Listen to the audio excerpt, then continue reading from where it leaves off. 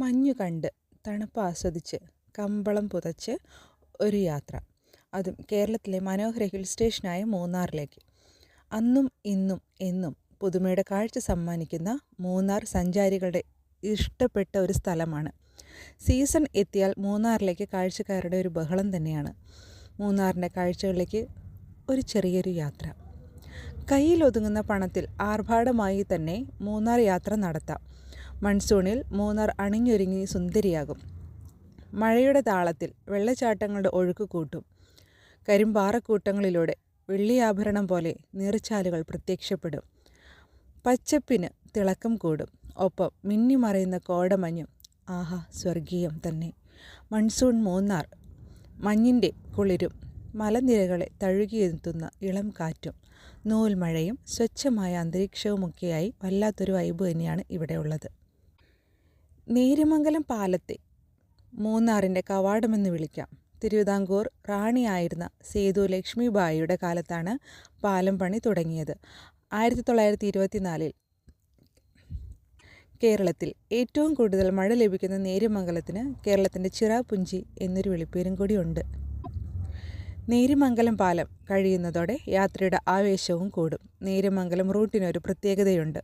റോഡിന് ഇരുവശവും പച്ചപ്പിന് നിറച്ചാർത്തേക്കിയ കാഴ്ചകളാണ് വഴിയിൽ. വാഹനങ്ങൾ നിർത്തിയിട്ടിൽ തന്നെ ഇഷ്ടം പോലെ കാഴ്ചകൾ കാണാം. ബസ്സിലാണെങ്കിൽ വലതുവശത്ത് തന്നെ ഇരിക്കണം. മലനിരകളുടെ താഴ്വരകളുടെയും കാഴ്ച വലതുവശത്താണ് കൂടുതലായി ഉള്ളത്. കാറിലാണെങ്കിൽ AC ഓഫ് ചെയ്ത് ഗ്ലാസ് താത്തിയാൽ ശുദ്ധവായു ശ്വസിച്ചും യാത്ര ചെയ്യാം. ഗ്ലാസ് തുറക്കുമ്പോൾ ശ്രദ്ധിക്കുക, വഴിയരികിൽ വാനരന്മാരുടെ ഒരു പട തന്നെയുണ്ട്. ഓടുന്ന വാഹനത്തിന് പിന്നാലെ എത്തിയില്ലെങ്കിൽ പോലും കാഴ്ചകൾ കാണാൻ നിർത്തി ചില്ല് താഴ്ത്തുമ്പോൾ സൂക്ഷിക്കുക. ആദ്യത്തെ കാഴ്ച എന്ന് പറയുന്നത് ചീയപ്പാറ വെള്ളച്ചാട്ടമാണ്. നിരവധി സഞ്ചാരികൾ വെള്ളച്ചാട്ടത്തിൻ്റെ മനോഹാരിതയിൽ സെൽഫി എടുക്കാൻ തടിച്ചുകൂടി നിൽക്കുന്നു.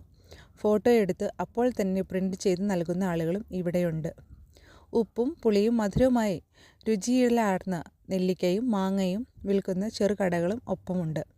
എന്തെങ്കിലും കിട്ടിയാൽ കൊള്ളാമെന്ന ഭാവത്തിൽ കാഴ്ചക്കാരെ നോക്കിയിരിക്കുന്ന വാനരന്മാരും കുറവല്ല കേട്ടോ. ചുരുക്കത്തിൽ ഒരു ചെറിയ ലൊക്കേഷൻ തന്നെയാണ് ഈ ചീയപ്പാറ വെള്ളച്ചാട്ടം.